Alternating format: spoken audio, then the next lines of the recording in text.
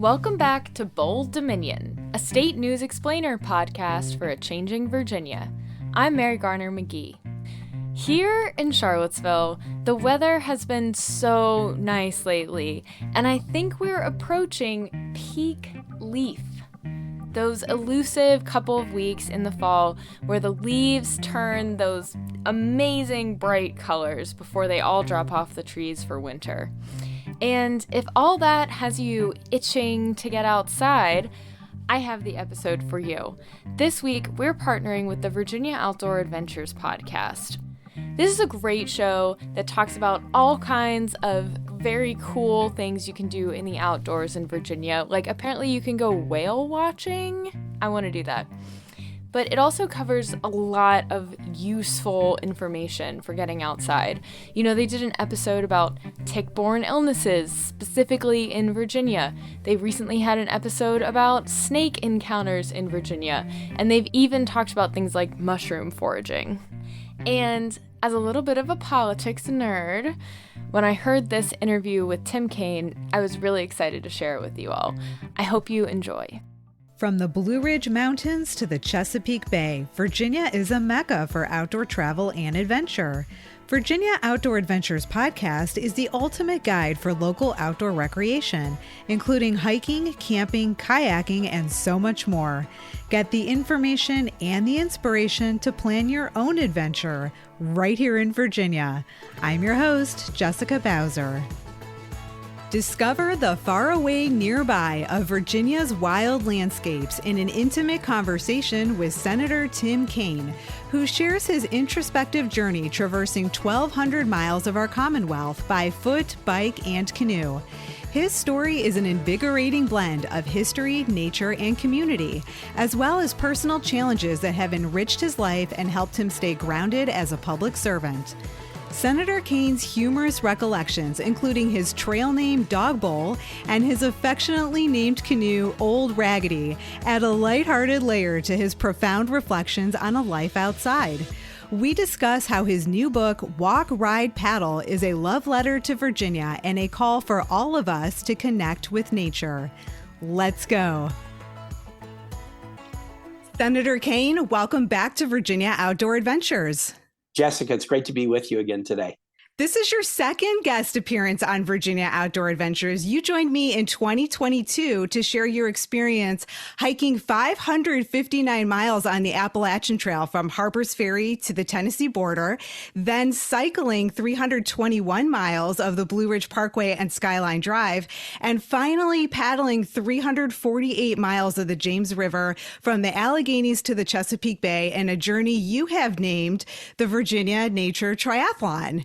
After your first guest appearance on this podcast in 2022, the overwhelming response that I received from my listeners was, I had no idea our senator was so outdoorsy. How has your connection to the outdoors affected you personally and as a public servant? Jessica, it has been an exciting journey, and I really give credit to my parents, Boy Scout Troop 395 at Curie of Ars Catholic Church, and a middle school shop teacher, Joe McKenzie, for really getting me into outdoor activities when I was a kid. It has been a real passion of my life ever since I was maybe 12 or 13 years old. I married my wife, Ann, and she's every bit as much into the outdoors as I am. So that's been a great part of our 40 years of marriage. And then we have 3 kids, and they were all intense by the time they were 6 months old, and all as they are as different as can be, but a unifying theme for all of them is a deep love for outdoors. So it has been a constant in my life. You know, I moved to Virginia in 1984, knowing one person, my wife, Ann, and this book that I've written is sort of a love letter to Virginia, but a real celebration of how unique the Virginia, spectrum of natural assets and physical beauty is. And I realized sort of at the end of it all, hey, this is really a love letter to the place that I've called home for the last 40 years. So it's hard to summarize how much it's meant to me personally, my outdoor engagements. It's just part of my bloodstream. And in terms of public life, it pushes me toward priorities and projects. When I was governor, it was, can we preserve 400,000 acres of open space? When I was on city council and mayor, what can we do to restore the James River and really reclaim it as the city's front porch and reason for existence, rather than as a sewer where we just, dump things out of factories. And now in the Senate, working on funding for national parks or wilderness area legislation or preserving battlefields. I think my time in the outdoors has made me an intentional steward and advocate for environmental causes and open space. Your new book, Walk, Ride, Paddle, A Life Outside, is a love letter to Virginia. I really enjoyed this book. What compelled you to write it, and what do you hope readers will take away from your story? Jessica, so the origin of the book was I turned 60 in my campaign year in 2018, and I like to mark milestones. But I knew I couldn't do anything that year because the campaign was so intense. And I thought, well, after the campaign, I'll be on the verge of 25 years in elected office. 2019 was my 25th anniversary of my first city council race. So why didn't I think of something to celebrate turning 60 and 25 years in public life? I didn't really know what it would be, but I just kind of held it out there as I'll think about it after the election. And after the election, it formed very quickly in my mind to create an epic Virginia quest, do it, and write about it. My brother and sister-in-law live near Syracuse, New York, and New York has this thing called the 46ers, where there are 46 peaks in the Adirondacks that are higher than 4,000 feet. And New York families often tackle this as a bucket list issue. My sister and brother-in-law did all 46 of them with their kids. Ann and I joined them for a couple. And I thought, I'd like to create something like this that would be the Virginia equivalent. What would it be? And it just kind of sprung into my head. Walk the Appalachian Trail. More miles of the trail are in Virginia than in any other state. So walk the 560 miles from Harpers Ferry to the Tennessee border. Bicycle along the Blue Ridge Parkway and Skyline Drive from the Virginia-North Carolina line north to Front Royal. And then canoe the whole James River from Iron Gate up in Allegheny County all the way to Fort Monroe in the Chesapeake Bay. And it just, that kind of seemed like that would be the equivalent of like the 46ers. And I just decided I'm going to call this a thing. I'm going to do it. It's going to take me a while. That's okay. Senate recess weeks, weekends. Senators usually travel around their state by car or by RV. I'll do it people powered, and I'll encounter folks along the way and gain a deeper appreciation for Virginia's natural beauty. So that was the origin of the trip. And then the origin of the writing is I just kept a tiny journal each day. I'd pick up my cell phone at the end and I would write maybe 100 words, from here to here, ran into the guy with the funny story. I saw a black bear. The rain was awful, but then I saw a rainbow. I mean, it would be 150 words, but then in the winter between the segments, sitting at my little, kitchen table in my condo in DC after the last vote of the day, I'd pull out my iPad and I would write up last summer's trip and then plan for next year's. So it took me about 30 months from start to finish, but the planning was fun, the doing was fun and challenging, and the writing was truly enjoyable. Well, I connected with your book immediately because there are so many places in Virginia you visited that I've been to too. So as I was reading the book, I was thinking, I've visited that town. I've slept in that shelter. Yeah. I know that section of trail.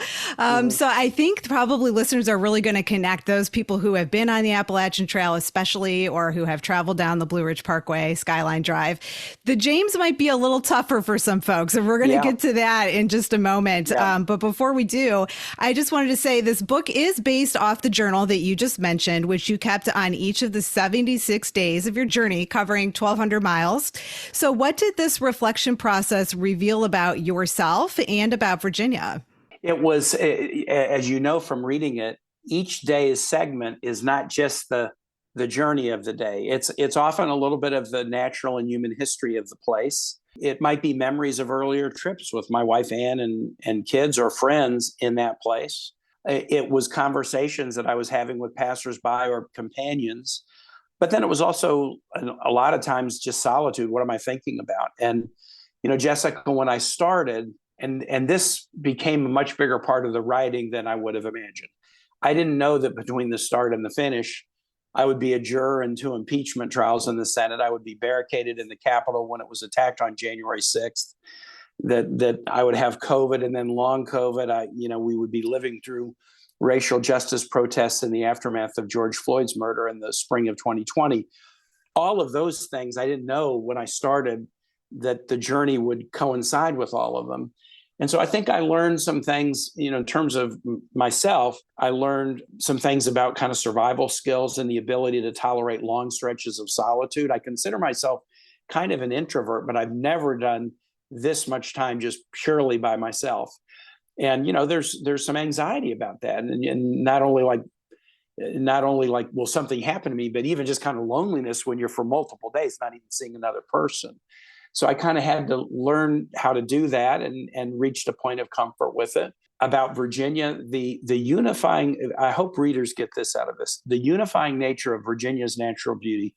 We live in a divided time politically, but Democrat, Republican, Independent, people who could care less about politics, everybody has this favorite place in Virginia: a trail, a sunset, a beach, a lake that they like to go to, a river they like to fish in. Everyone has a place that's special to them. And everyone is invested in trying to make sure that it's there for their kids and their grandkids. And that's such a unifier. When you're on the trail with people, you're not talking about politics. You're not talking about, events of the world necessarily. You're talking about the joy that you're taking and the surroundings that are so powerful. So that was something about Virginia and Virginians, the unifying nature of our natural beauty and how it brings people together. And then look, about the nation, the same thing about our natural beauty. But, I also had to grapple with the tough realities of what does it mean, this moment in time with impeachment trials and the attack on the Capitol and COVID and long COVID. What do all these things mean? How do I put it into some perspective? To develop those thoughts, you need time. We rush around a lot, and rushing around is not conducive to reflection. But being out on the trail for a day or paddling for a long day is conducive to reflection. And it helped me, I think, gain some perspective and understanding of the frankly unusual times that we're living in. You had doubts about your ability to complete the Virginia Nature Triathlon, as well as fear. You talked about fear of not completing the challenge, fear of injury, of embarrassment, and you also encountered several setbacks along the way. What kept you motivated, and what advice would you offer anyone who is unsure about taking on any outdoor challenge? Jessica, the first thing I would say is, take it in small bunches, because I think I did have a lot of anxiety about, I told people I was going to do it. Then once I'm doing it, it's like, this is going to be too hard. I don't think I can do this, but I'll embarrass myself. Well, why can't I just do day hikes? That's just as good. So, I had a lot of that voice in your head kind of trying to talk you out of it. But at some point, I realized it's not a race. I'm not trying to do it in any particular time. If it takes me longer than I thought it was, that's okay. So I would say to anybody grappling with fears of outdoor experiences is, do a day hike, then do a single overnight. And then I bet you're going to find you're kind of hooked.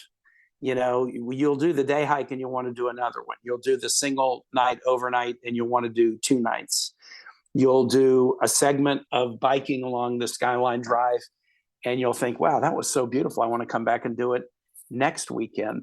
The river trip was maybe the hardest, the most surprising. The pieces of the river I had not done. I didn't have any, kind of basis of comparison. And yet, the Virginia Department of Wildlife Resources or Natural Resources makes it relatively easy by all the public boat accesses they build. So if you don't want to canoe the whole James River, I have all of these segments where put in the boat here and take it out there. And here's what you're going to see along the way. Just do it for one day. And that's how I would suggest anybody who has outdoor anxiety, just plan a day trip and see what you think. And I know what you're going to think. You're going to want to come and do more.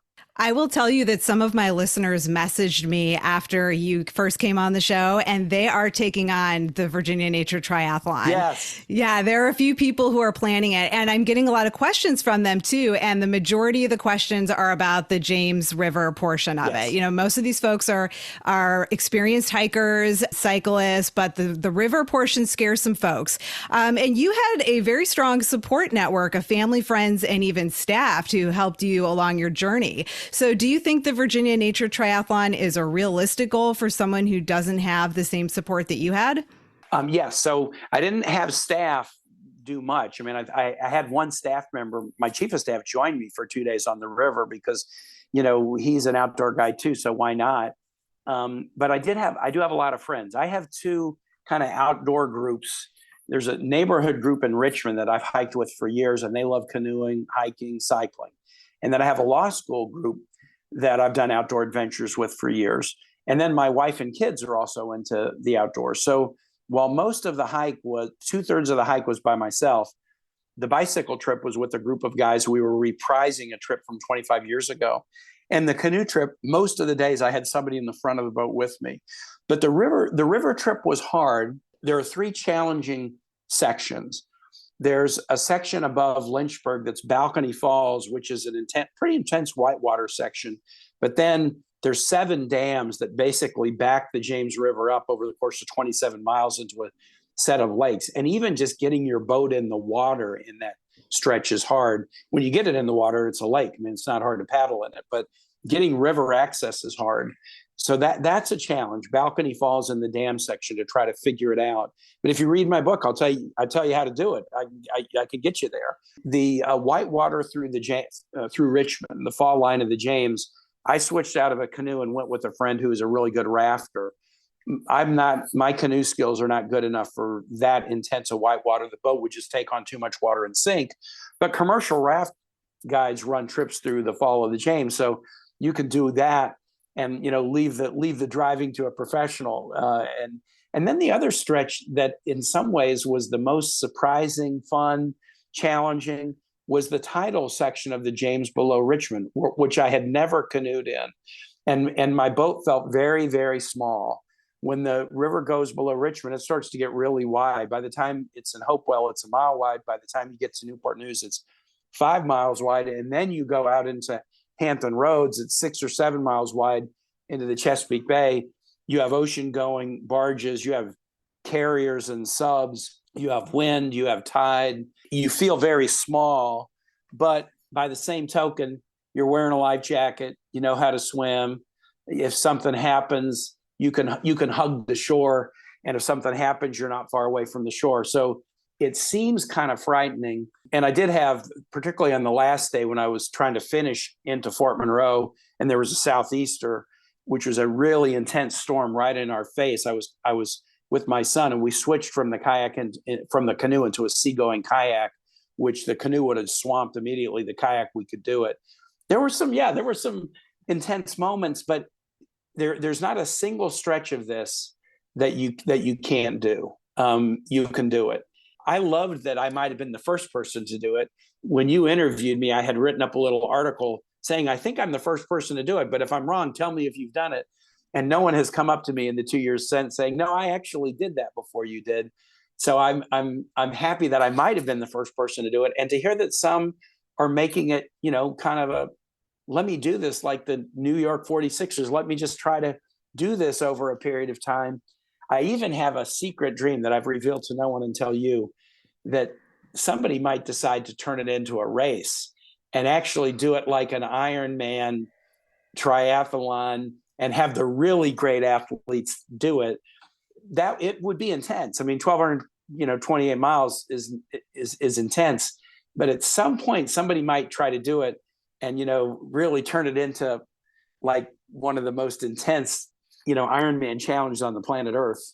Oh, I believe it. In fact, I'm just waiting for it. Someone's going to do it. Everybody turns everything into a competition. Yeah.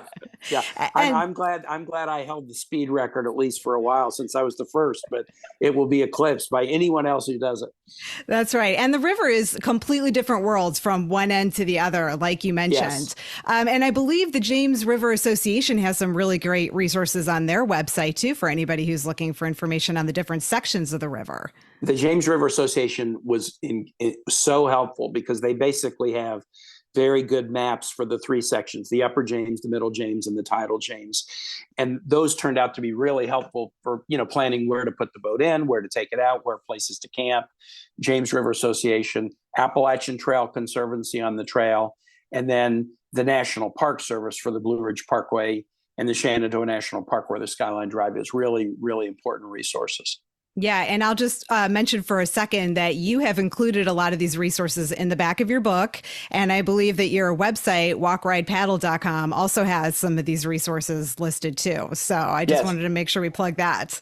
Well, and also I'm proud that Far Out, which used to be Gut Hook, the great trail mapping company, they are marketing a map called the Virginia Nature Triathlon that they are doing in tandem with Walk Ride Paddle, and information about that map is also available at walkridepaddle.com.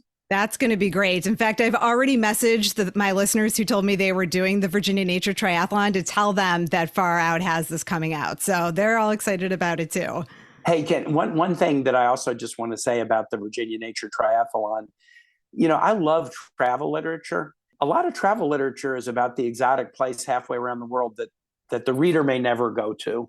But you love reading about it because you're getting a window into something that you don't know. But I think travel, I use the phrase "the far away nearby," which is a title of a painting of Georgia O'Keeffe's that I really love. I think there's a lot of good travel and exploration and even travel literature to be written about the journeys that are closest at hand that we may not take because we take them for granted. And I loved that aspect of writing this up, is that, yeah, it's a travel book, but it's about the far away nearby, not about the distant travel. I couldn't agree more. In fact, that is what Virginia Outdoor Adventures podcast is all about, introducing folks to what's right here in their backyard. Yeah. Mm-hmm. So, Senator, as a former educator who has taught Virginia history for many, many years, one thing that I really enjoyed about your book is that you have woven stories of Virginia history all throughout the book. How do these stories of Virginia's past impact casual outdoor recreationists? I think it may inspire you. Some of these stories will inspire you, like the story about Frank Paget, the boatman who saved everybody's life in this horrible tragedy in Balcony Falls in the 1850s. I mean, here he is, an enslaved person who is a master of the bateau and the river boats, packet boats of the day, and this trip in flooded conditions on the James in January, where the weather was freezing, and he heroically makes 2 trips down through Balcony Falls to save people. And he saved dozens of people and eventually lost his own life. That's a story that's a really poignant one. Any guide taking you through Balcony Falls tells you that to make you scared. They're using it for one purpose, which is they want to scare you before you get to the falls. But it's also just a story that not enough people know about. And then I tell the story of Elizabeth Key, who, a child of an enslaved mom and a plantation owner born in 1630 down in what's now Newport News, who wins a lawsuit at age 6, establishing that this plantation owner was her father, and then wins another lawsuit when she's 30 to win her freedom from slavery. And this is a story that I never knew about, but I only learned about because where she lived was right along the James. And as I'm going down the James and kind of researching what went on at Jamestown, this was a court case that ended up being eventually tried before the General Assembly in Jamestown. Wow, all these stories, and I think every place along the way has this human history to it.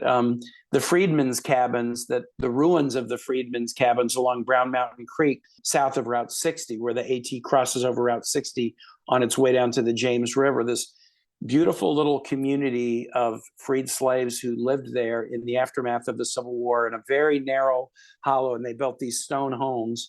And then Lynchburg purchased the land to create a city reservoir, and they were all relocated. But the ruins of the homes are still there. Or, from hiking in the Shenandoah National Park, people were relocated out of the park who lived up in the mountains. And you can still find this, the graveyard that somebody is still lovingly tending 80 years after the families were relocated. There's so many stories, and that, in addition to the natural beauty, everywhere you go, it's like people have been here, and what were they doing, and why were they here, and then why did they leave? And then you think about the displacement and the anguish of the displacement, how hard it must have been for people to have to give up their homes. We enjoy these public spaces. We don't necessarily think about the fact that our enjoyment did come at the cost of people who this was their home and they had to leave it. And all that just adds layers of emotion to your time of exploring Virginia nature. Yes, I feel like a lot of people go outside because they are looking for that connection with nature. But when we understand the history, it adds a whole nother layer of connection, right? Mm-hmm. And I think we can appreciate what it means to be a Virginian when we understand those stories. Virginians, I think, really appreciate the story of our tribal Virginians. I've worked very hard in the Senate with our tribes to get 7 of our tribes federally recognized for the first time ever. Well, one of my stops along the James was at Rassawek, which was sort of like the headquarters village of the Monacan Nation, who lived in the west of Richmond along the James River. And they eventually were chased further west by the English up to Bear Mountain in Amherst County. But the Monacan have been working to try to save Rassawek. It was on the list of the most endangered places in the United States because it was going to be turned into like a water treatment facility by Fluvanna County and some of the other jurisdictions. When we were able to get the Monacan tribe federal recognition, they were able to use that recognition to successfully advocate for Rassawek to be saved. I pulled my canoe over on the river left one day when I got to Rassawek near Columbia, Virginia, and met the tribal leadership. And we talked about the battle that was then not certain how it was going to go, but the battle to save Rassawek. And in the time since I finished the river journey, they reached an agreement about the water treatment facility. It's going to be somewhere else, and Rassawek can be saved. This is not about yesterday. These so much of our history is it's some of it's about yesterday, but a lot of it's about today and tomorrow. Yeah. And since we're talking about connections, one theme that you carry throughout your book is the importance of getting more people outside. You say that users of natural resources become stewards of natural resources. How important is the outdoor community in preserving our public lands and natural resources? Jessica, that's a really good question, and it's so important. I mean, I said earlier, I hope the one thing the reader might get is that nature is a unifier, but the other thing I hope readers get is, wow, we need to spend more time outdoors and encourage more people to do it, and particularly young people, because I think if young people develop the habit of enjoying being outdoors, again, I think about my Boy Scout troop or my parents or my shop teacher. If you develop the habit as a youngster, it will turn into a love affair and you'll do it your whole life. If you don't develop the habit as a youngster, maybe it will never catch with you. And then 20 years from now, when people like me are long gone, who will be the stewards that will be battling to preserve wilderness areas or make sure that our parks get the funding that they need, or that we don't defer maintenance, but actually keep things up so that people can enjoy it? We really need stewards. And it starts with people being passionate. And that's where I think our outdoor community can be so helpful, because our outdoor community, not only the trail maintainer clubs or the cycling clubs, but the shuttle drivers and the B&Bs that are near the trail that provide hospitality for hikers or cyclists. All of us are doing this because we love it, but we're also we should think of ourselves as educators. And can we convert and get more people, not just the same people I always go hiking with, but how can I encourage other people to do this? And I think that's a challenge that our outdoor community embraces, but we can never do too much of it. There's a lot of funny stories throughout this book, personal stories. In the beginning, you talked about fear of embarrassment, but there was no embarrassment when you were very honest about all the mistakes that you made and the blunders that happened along the way. When we spoke 2 years ago, you shared how you earned your trail name Dog Bowl. Now, let's not say how you earned the trail name, because I think people should go back and listen to that episode, and I'll drop the link to it in the show notes here. But that's not the only funny name. Can you share where the name of your canoe came from? Yes. So, I have a great trail named Dog Bowl. Go listen to the link and you'll get the story. But as Jessica, as you know, trail names on the AT are pretty common. But the key to it is you can't pick your trail name. It kind of has to be bestowed upon you. So it's not only what the trail name is, but how I got it. But my canoe. So I have a canoe, still use it. 40 years old now. Got it essentially as a wedding gift from my wife's parents. It's an old town camper. It's all beat up, but it's a great boat. In fact, people offer to buy it from me often along the river because Old Town doesn't make that particular model anymore. It's not really a whitewater boat. It is a boat to carry a lot of gear. And so for people who want to do what I did, carry a lot of gear and camp along the way, it's like perfect. But it didn't have a name. So, I'm canoeing down the river and I'm having my friends canoe along with me. And a group of my Richmond buddies joined me on like day 14 or 15. And my canoe is really beat up. And they looked at me, and I'd been on the river at that point about 9 days and hadn't shaved, and I looked pretty scruffy. And this is a group of people that we hike a lot. And one of our favorite hikes is Old Rag.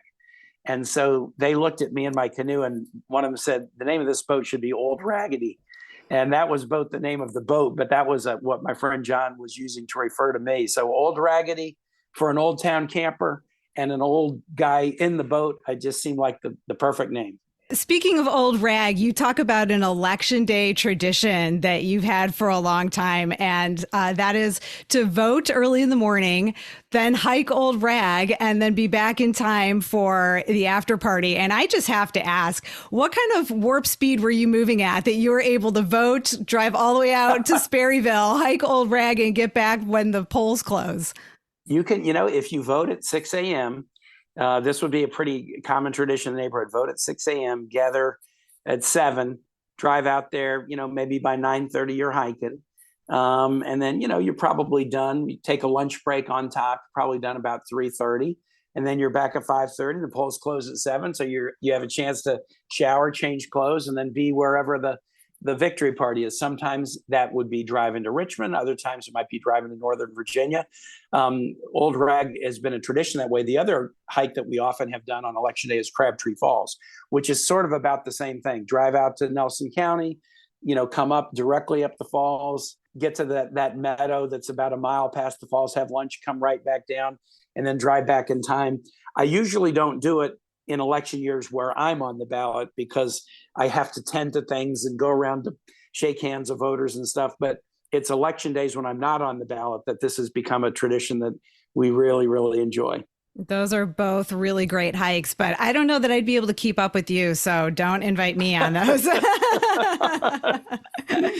Okay, so let's close with the passage from your book. Is it okay if I read a passage that you wrote? I'd love to hear you read it. Okay, so this is near the end of the book, and here you say, if I were to summarize the journey itself, the word humbling would not be the first to enter my mind, but grounding would be.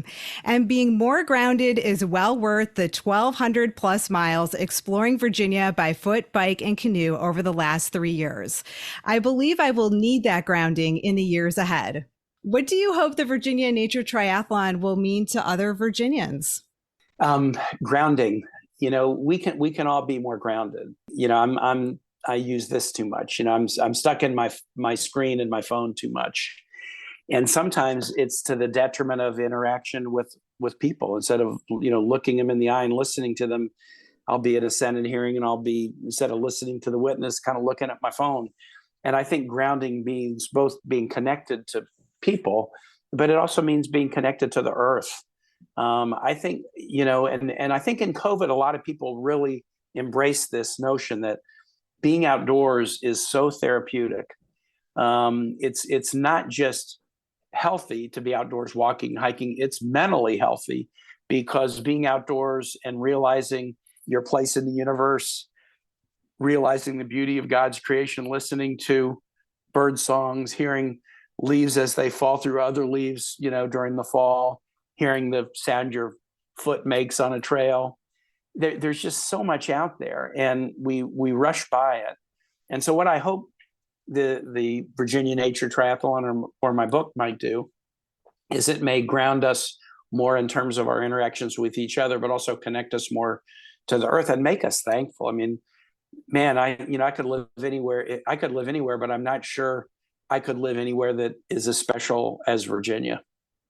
Senator, thank you so much for your time today. Where can listeners find your new book, Walk, Ride, Paddle, A Life Outside?